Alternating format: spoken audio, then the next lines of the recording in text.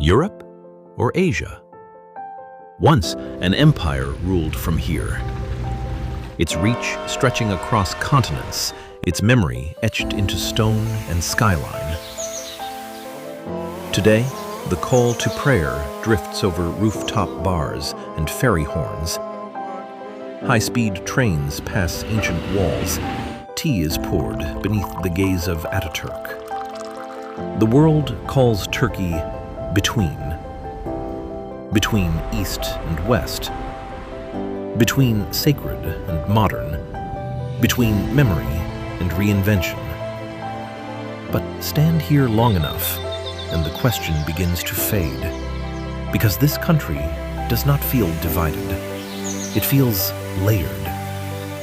Not half of anything, not between, just Turkey.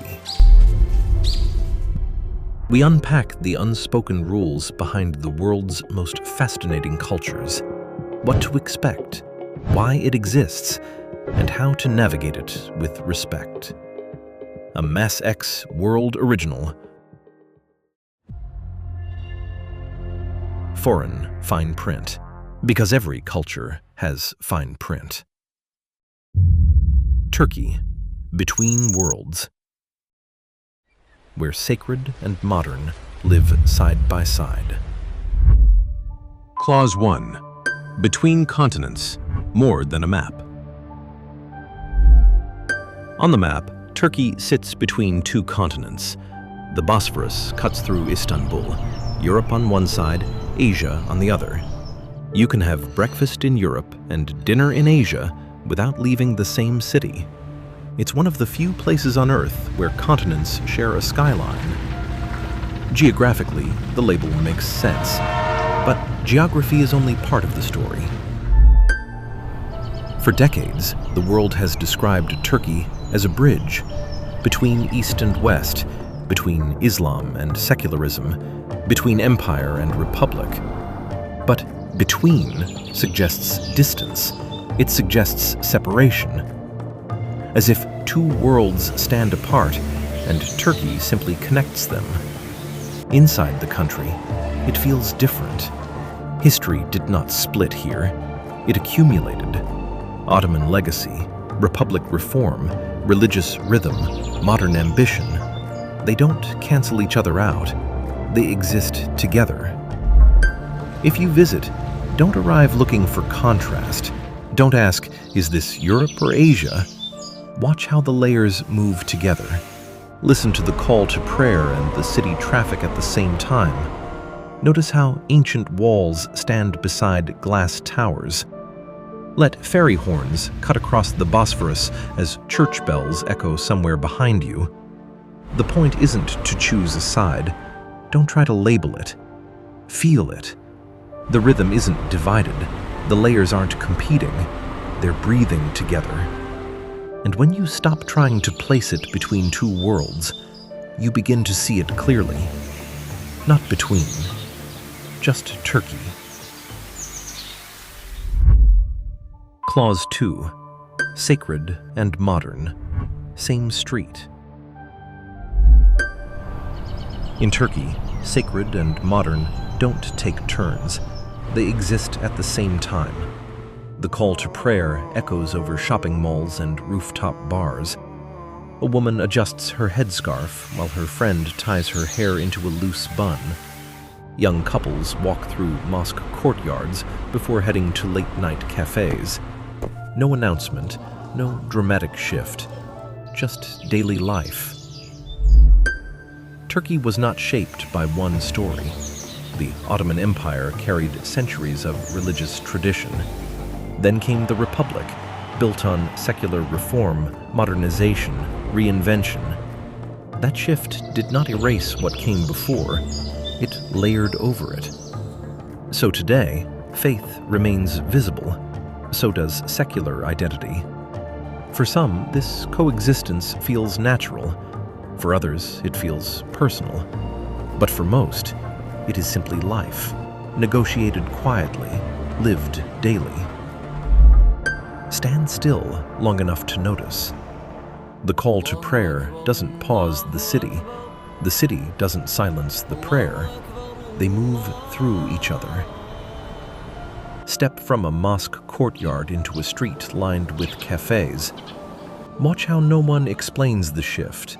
No one announces it. Sacred and modern aren't performing coexistence. They're just daily life. No debate, no spectacle, just people moving through their day.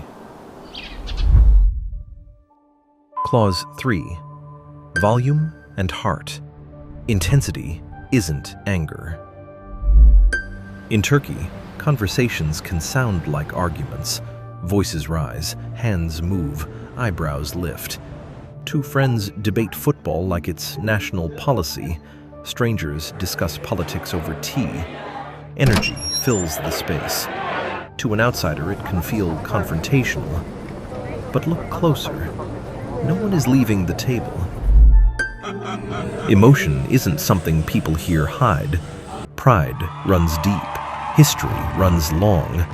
When people speak, they speak fully. Directness isn't distance.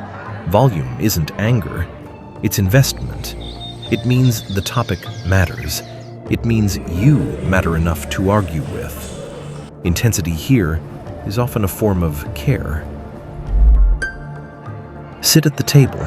Listen before reacting. Let the rhythm of the conversation find you. You don't have to raise your voice. Just stay present. Soon, the sharp edges soften. The debate turns into laughter. And you realize what felt loud at first was never hostility. It was warmth, spoken at full volume. Clause 4. Tea first. Hospitality as ritual. In Turkey, tea is not a drink. It's an invitation. You don't order it. It arrives in a shop, at a barber, in a market, in someone's home. A small glass, deep red, set down in front of you. No transaction required, just presence. Hospitality here isn't performance. It's cultural memory. For centuries, travelers passed through these lands. Trade routes crossed. Empires expanded. Guests mattered. Offering tea became a way of saying, you are safe here. You are welcome here. You are seen. It doesn't mean agreement. It doesn't mean closeness. It means acknowledgement. And acknowledgement carries weight. When the tea arrives, the warmth reaches you before the words do. Hold the glass. Let the heat settle into your palm. Stay for one more sip. Conversations here don't always begin with words. Sometimes they begin with tea. And somewhere between the second refill and the last drop, you stop feeling like an outsider. Not because someone said it, because someone poured it.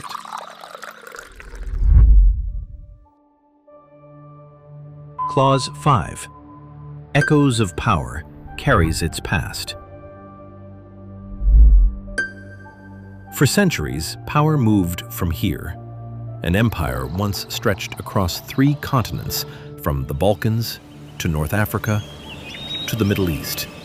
Its laws shaped regions. Its architecture reshaped skylines. Its trade routes moved wealth and ideas across the world. This was not a small kingdom. It was a center. Then came collapse, war, occupation, and from its ruins, a republic was built. Not inherited, built. That scale leaves a mark. Ottoman legacy shaped faith, art, language, diplomacy. The republic reshaped identity. New alphabet, new laws, new direction. Few countries have transformed themselves so completely within a single generation, and fewer still carry both histories at once. This is not confusion. It is inheritance. It is memory. It is weight.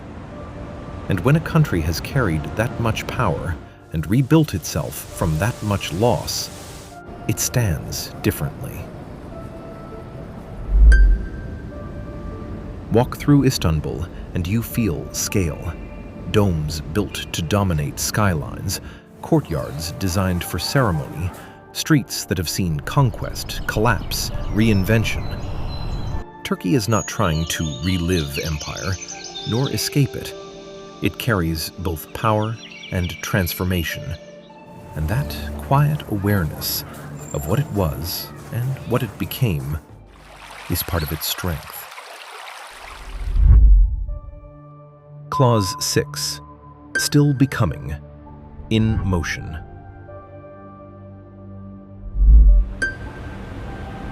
Turkey is not standing still.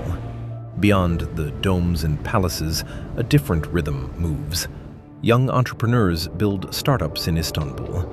Designers blend Ottoman patterns with modern cuts. Students debate identity, politics, future. The skyline grows. The conversations evolve. This country is not frozen in history. It is in motion. A nation that has reinvented itself before doesn't fear change. Empire to republic, old script to new alphabet, tradition beside reform. Transformation is not new here. It is familiar. The tension outsiders sometimes notice between old and new is not fracture. It is movement, and movement is strength. Walk through this country, and you feel it. Not a place choosing sides, not a place trapped in its past, but a place carrying memory while stepping forward. And this is the Turkey you meet.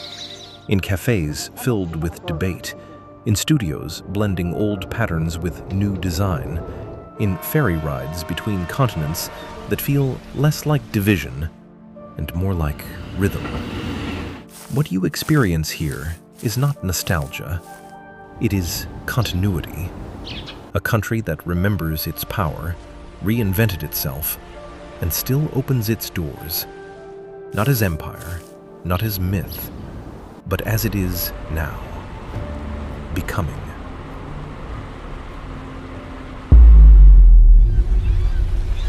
Turkey is not a bridge, not a headline, not a debate between continents. It is a country that has carried empire, rebuilt itself, and kept moving. Sacred and modern, intense and warm, rooted and evolving. Not divided, layered, and still becoming. If you come here, don't come looking for contrast. Come ready to feel it. Walk its streets, sit for tea, listen longer than you speak. Because what Turkey offers isn't spectacle, it's presence. This was Foreign Fine Print, Turkey, Between Worlds. Because every culture has fine print. What part of Turkey surprised you most? Tell us in the comments. We're listening.